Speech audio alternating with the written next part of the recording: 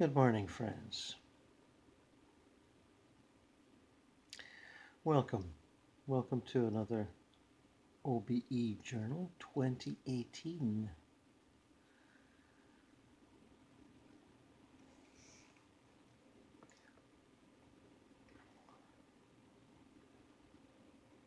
I'm sure some of you, if not many of you, have given some thought, some puzzling, some curiosity as to the various visitors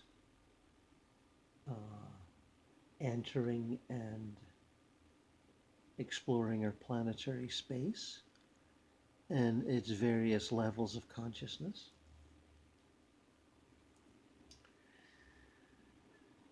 I certainly know I have, but judging by the number of books and sites and reports that I've come across, it's an area of great interest for many,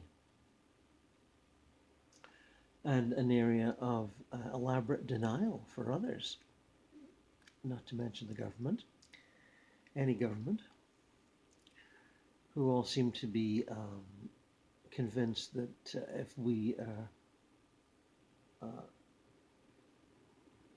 were made aware of the extent of the alien penetration of not only our airspace but our psychic space, we'd be so shocked we'd be, I don't know, not paying our taxes and rioting in the streets. Neither of which is true. Well, and also I guess there's this sense of blind panic, people rushing to any psychiatrist and counselor they can get their hands on. And again, I don't think that's true either. And not just because of Star Trek or 2001.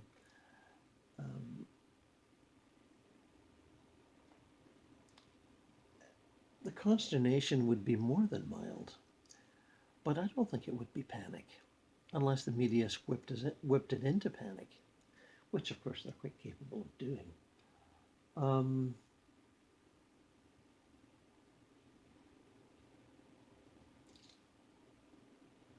More than mild consternation, I should think, but I would say more like a little sort of intense curiosity.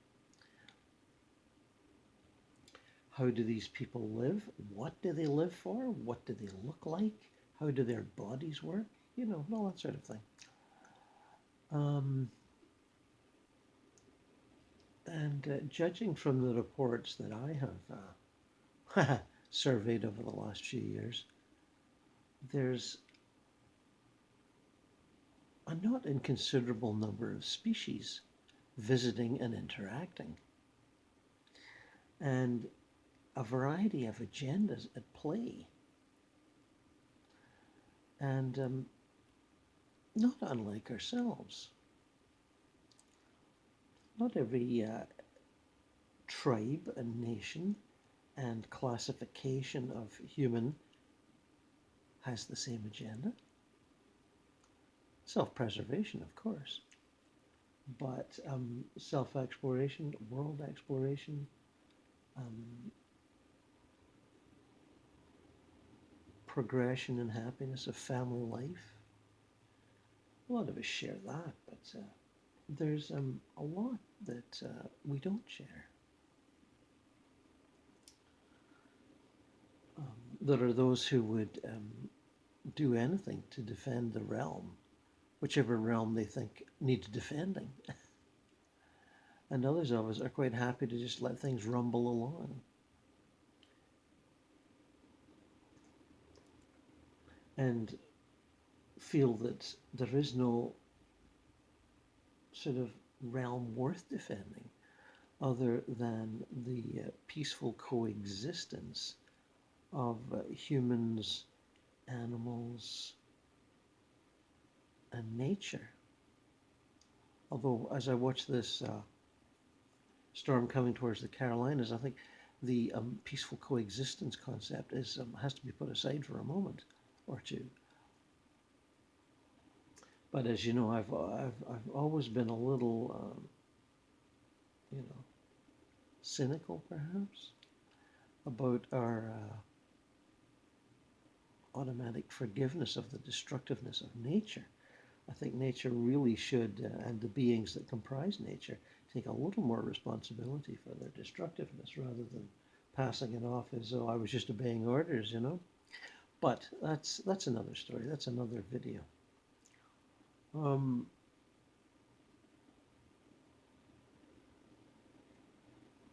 Fires and floods do seem to be our fate these days, or for large numbers of people.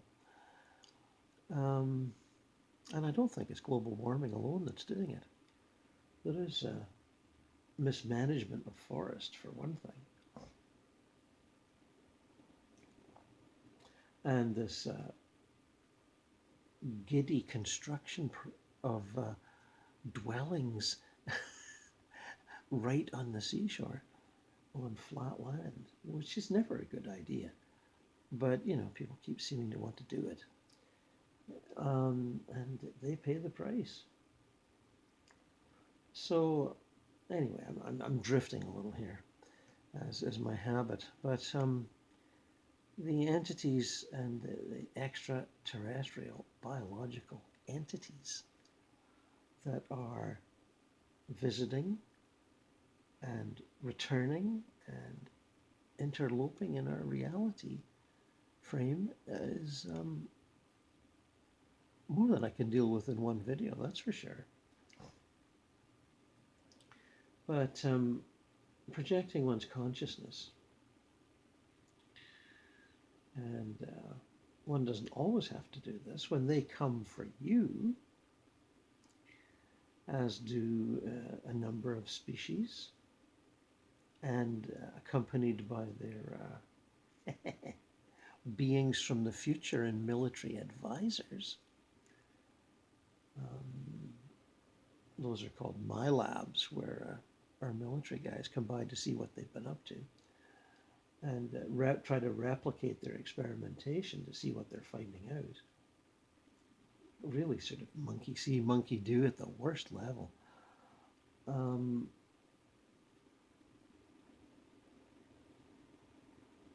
Besides that, and that is not happening here, I am not a particularly self-advertising contactee or self-pitying abductee, although I've met several over the years. I prefer to stand apart and observe. And in this case, I'm going to indulge in a little projection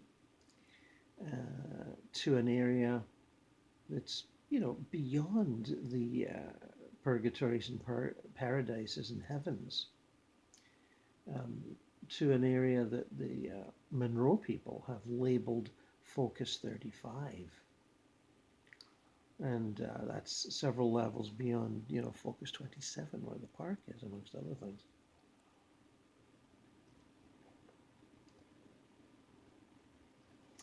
And I'm sure there's been many hundreds of people attending the Monroe Institute in Virginia, and its various satellites at this point have done some, if not several, explorations of Focus 35 and had their experiences there.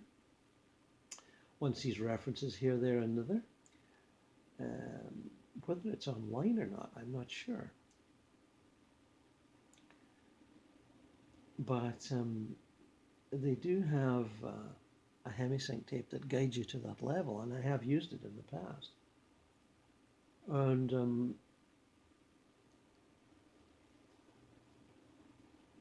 but as I seem to be able to do the transfer now that my brain has been entrained into that level, or these levels, as they say, the hemisync tapes are training wheels, and eventually you can take the training wheels off when you feel the confidence to do so. And I haven't really used hemisync for quite some time. But I did use it for a good number of years. I should add that. a good number of years.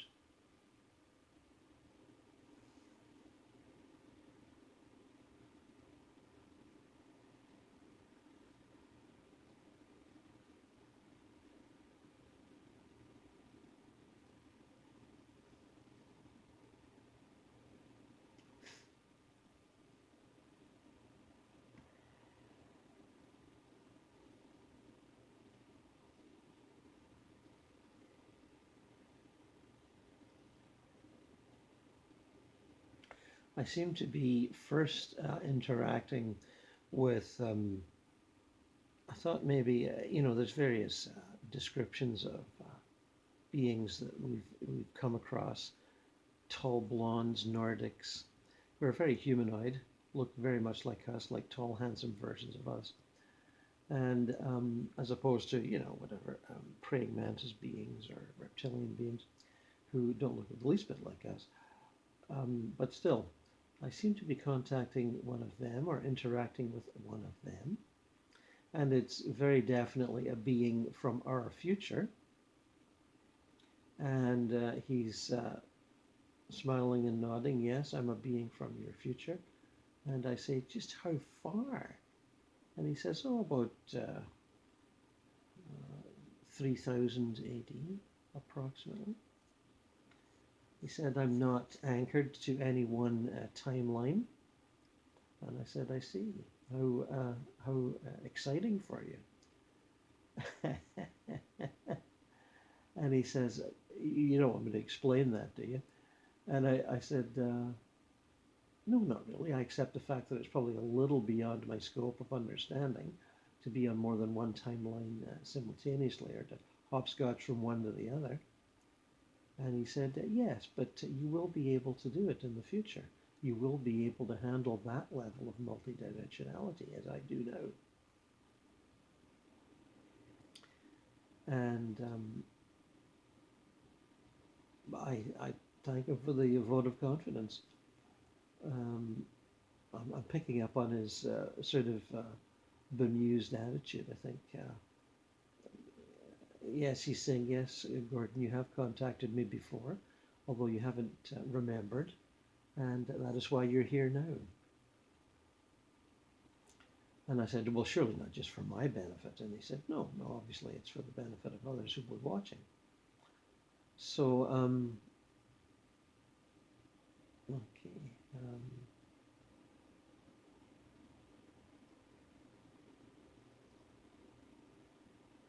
He anticipates a number of my thoughts and questions, other like Maitreya, my dad, who seemed to always be able to do that.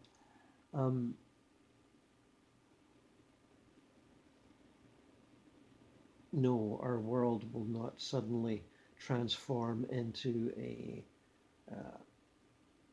peaceful, opulent paradise in the next 10 or 20 years. He said, you have some transitioning to do yet. And there will be many areas of strife and destruction around the planet for quite a few decades yet.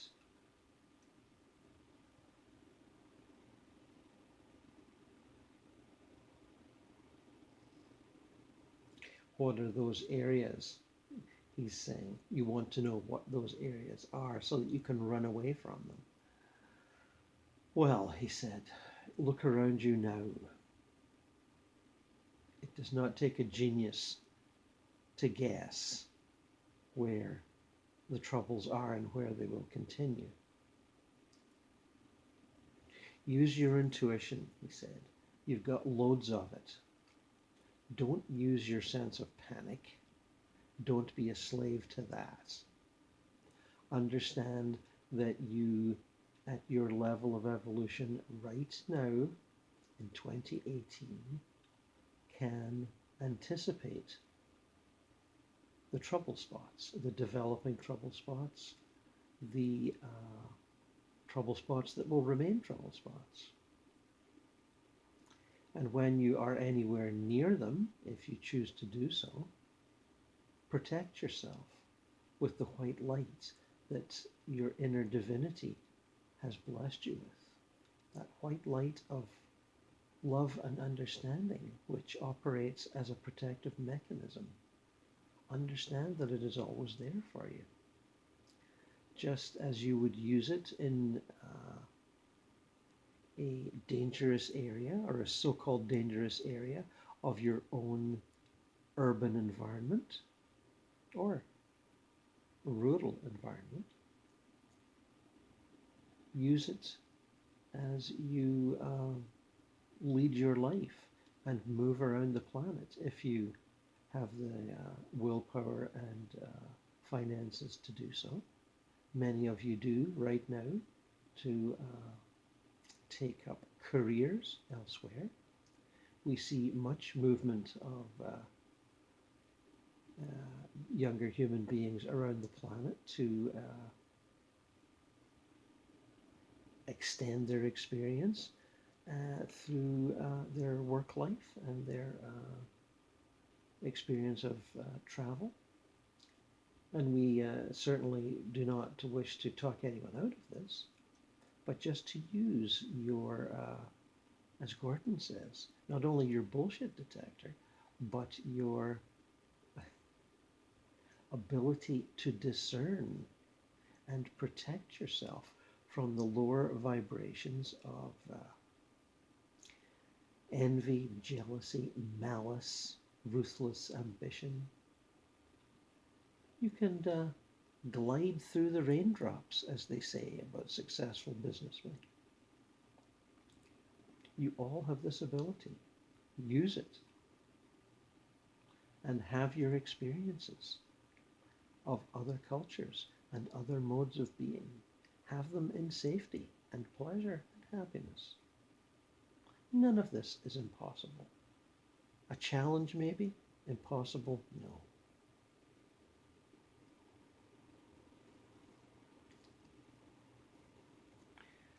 So I'm asking them why they take such an interest in this. And I think the answer is because we can. When we discovered travel through time to be as simple as is portrayed in your science fiction, we, more and more of us, decided to participate. It is to do with teleportation of bodies, which is active in your time sequence, in your timeline. It is done by secret societies and the military. They certainly teleport small objects and can teleport bodies. Many of you have heard about the portals going to Mars and the Moon. They've been functioning for quite some time. And there are, in recent development in your timeline, movable portals. The clever amongst you have developed them, of course, with help from Spirit. We have inspired and helped inspire such engineering.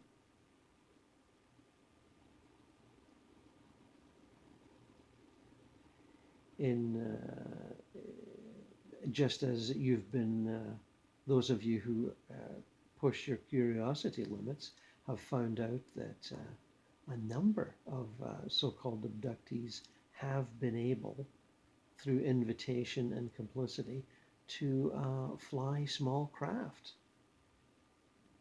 using the techniques of mental manipulation that the aliens have suggested. There is a greater number of you that have done this than have remembered doing it. Not in the hundreds of thousands, but certainly in the hundreds, no question. And this virus of excitement and intelligence will spread as viruses do, almost uncontrollably. And those of you who have, just as those of you who have experienced consciousness projection of one degree or another, the excitement bred by tales of that will spread and will continue to spread. Just as those who have experienced the portals in underground bases at the various locations on the planet. And there's more than two or three. You've heard of two or three, but there's more than that. And the portals that are now being, how shall we say, quietly shifted about for mobile experimentation. That will also become something of a viral excitement. Understand that these ideas and experiences are rather like colds, flu, and other viral infections. They operate in much the same way. The metaphor is appropriate.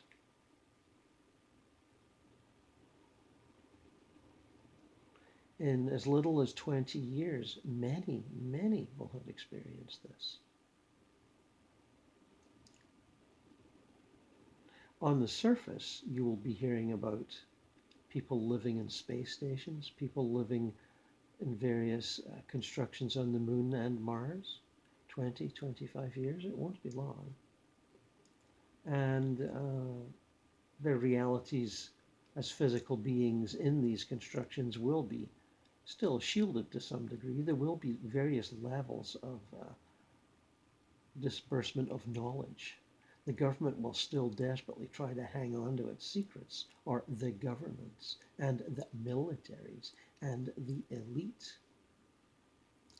But even they know that because of the practice of consciousness projection, out-of-body travel, the interaction of the so-called dead with the so-called living, the time of their secrets is almost over.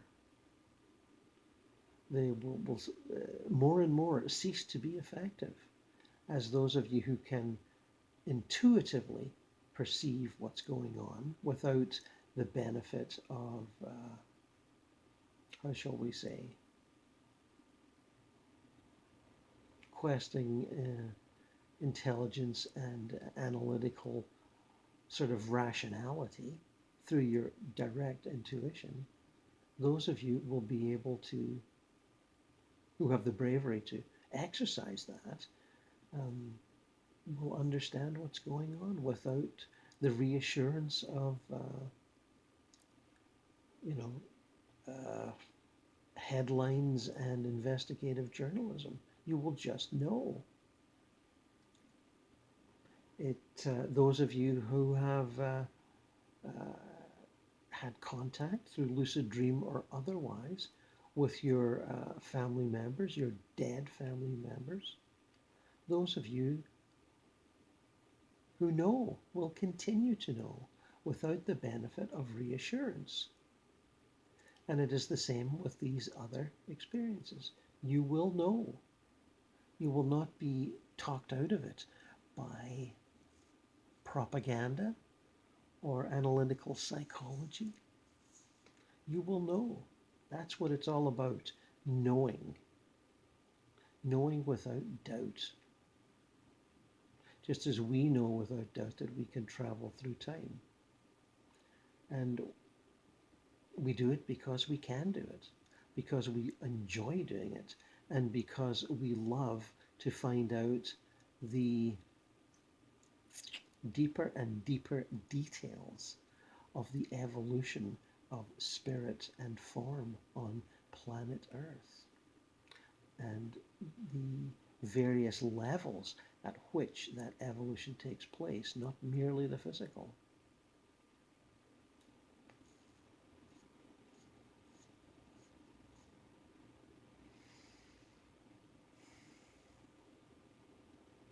What do I know that you don't know, he says? Well, much.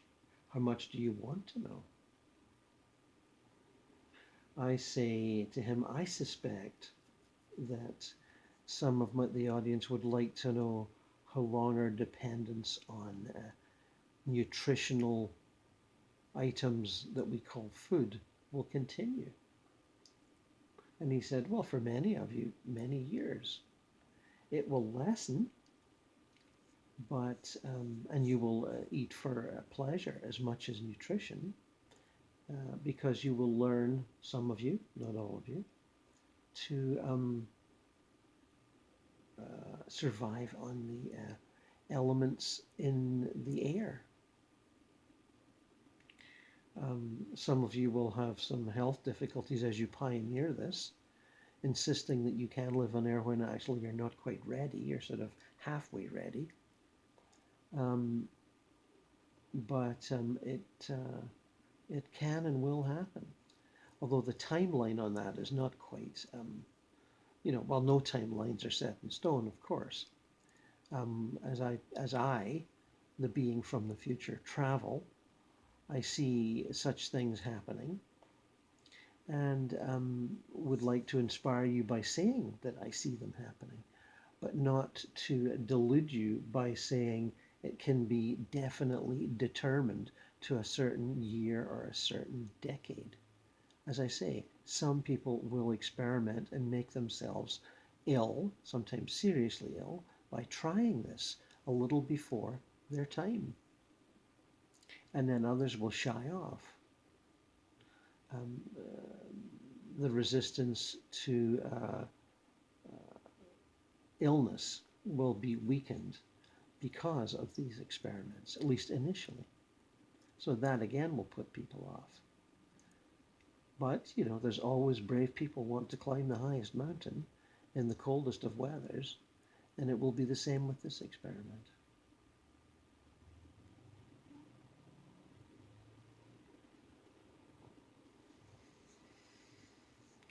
The issues of feeding the dispossessed and the impoverished will slowly be resolved as distribution networks are strengthened and the profit motive is lessened, and more is given away for free. I think one can see this already in the more generous of the world's elite, the billionaires, who see the pointlessness of accumulating those billions without dispersing it to others. That will continue. And of course it will be impeded by the greedy and those who think stealing the food is better than distributing it. But that will continue, and it will get more widespread. And also, the sort of lab experimentation that produces nutritious items, shall we say, nutritious substances, proteins in the lab, that will continue, and it will become more successful as the ultimate answer to the food supply problems will be the cheeseburger that is got no meat in it at all and is made in the lab and tastes wonderful. That's coming down the pike. It's not quite ready yet, but it won't be long. Just as the ones made from insects, etc., will powerhouse down the highway of innovation. All these things are in the pipeline and coming fairly soon.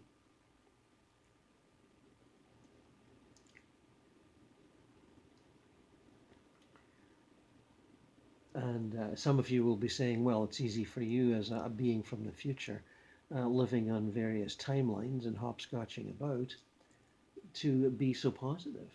And well, yes, it is. And I encourage you also to be so, to not believe the endless tales in the media of, gross negativity in human behavior, the ruthlessness, the selfishness, the deceit, the merciless punishment of populations that do not toe the line of their elite's ideology. We see much of this going on in Venezuela right now and in Syria, to name but two examples, Burma being a third, where people are ruthlessly punished for, their indiscretion in being just who they are. No, you can't do that. You have to do this. And if you don't do it, we're going to starve you to death, if not burn you alive. Such is the merciless nastiness of such ruling elites. And we realize that this is very disturbing for the rest of you who would much rather live in peaceful coexistence to see this around you.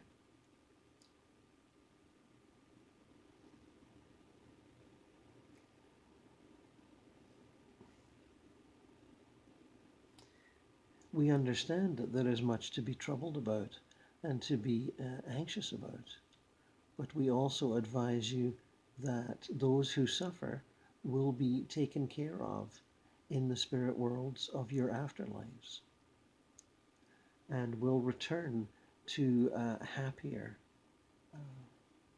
more productive incarnations in the near future.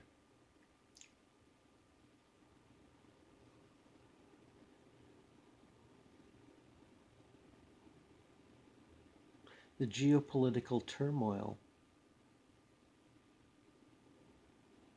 that troubles you will continue in various pockets around the planet, as you have seen and have likely anticipated. But they always provide opportunities for those of you that wish to be constructively compassionate.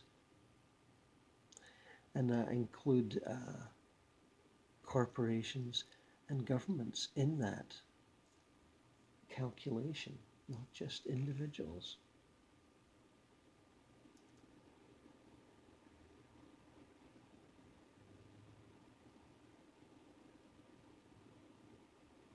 Gordon is asking me, am I at some end of evolution, some final point, some stage from which all can be envisioned? And yes, I am at a stage where much can be envisioned of the human timelines on the planet. I can look back to very early days. I can also look back to other existences on other planets, planets from which we emerged unscathed and educated and arrived on Earth to start the whole darn process again.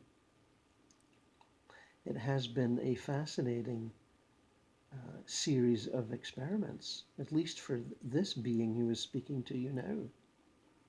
I am human, but I am also quite, in your terms, godlike. I don't run a show anywhere, but I'm not some kind of minor deity.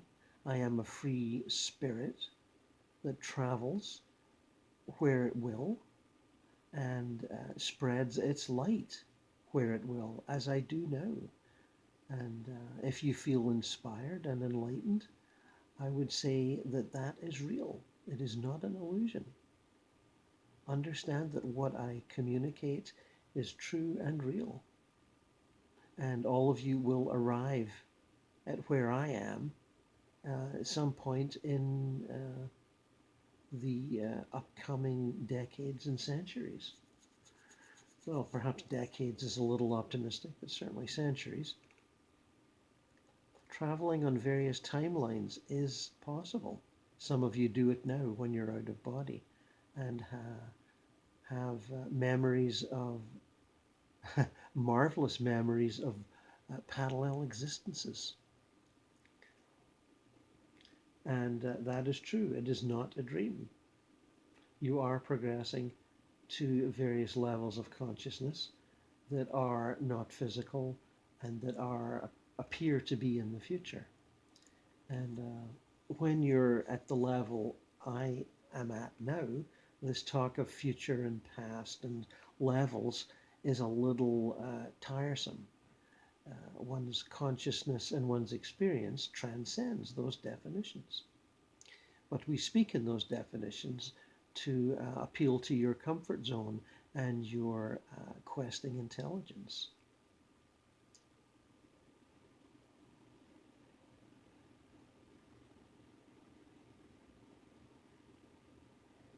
At my level, in at least 2 or 3 of the timelines that I hopscotch around here in the post 3000 AD area, for example, many souls do not, as you say, birth or depart through death. We have transcended that. We are alive without aging. How does that sound? If we go backwards in a timeline, we can come to an area where we did experience the birth of the body and the death of the body. But at a certain point, different for everyone, that departs, that entrance and exit becomes no longer necessary. We certainly shift consciousness from one plane to another, but rather magically by your standards.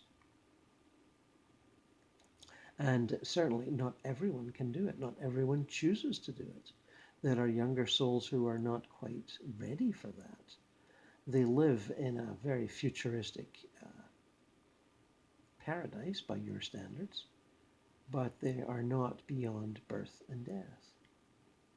They admire those of us who are beyond that and wonder if they can ever achieve the same.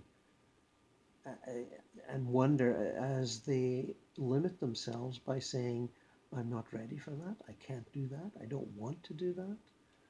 You know, attachment to old forms and ideas, as in your time, holds people back. Your attachment to the notion of being a physical plane being that cannot transcend dimensions is something that holds many of you back. You stay in your cocoon of the physical plane, working your agendas and fulfilling your ambitions and pursuing your pleasures, while others consciously project.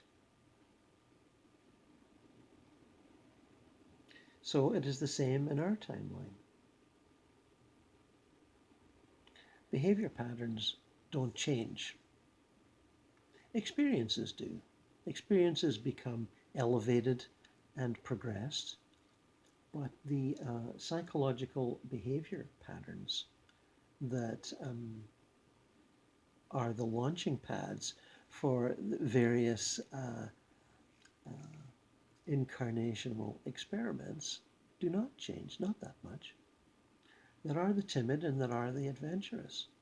There are the conventional and there are the unconventional. And here's to all of that. I am not criticizing any of it. I'm merely shining a light for those of you who would care to look. And I'm saying, thank you, sir. He says, oh, don't call me sir. I'm not really a sir. And of course I say, well, what are you? And he says, I'm beyond definition. And I should add, he seems to be speaking in a manner that's convenient for my my speech patterns.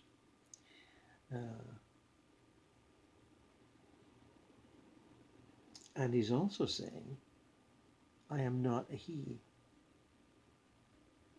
I am androgynous. I am equal parts woman and man.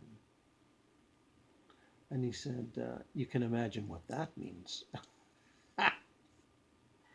And I go, oh, okay. I can imagine what that means.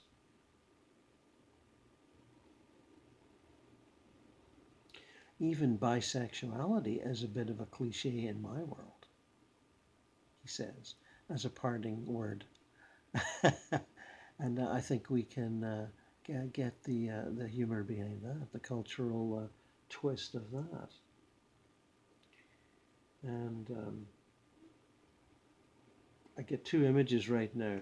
An image of someone waving in a conventional goodbye, and a sort of a flashing light. Well, not flashing, a sort of throbbing light that's doing the same outside of a human form.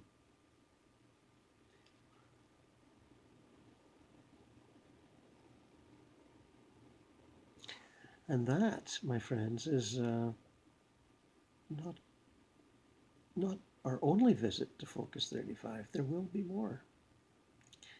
And I thank you for joining me on this one. And I wish you pleasure and success in your own explorations, whatever they may be.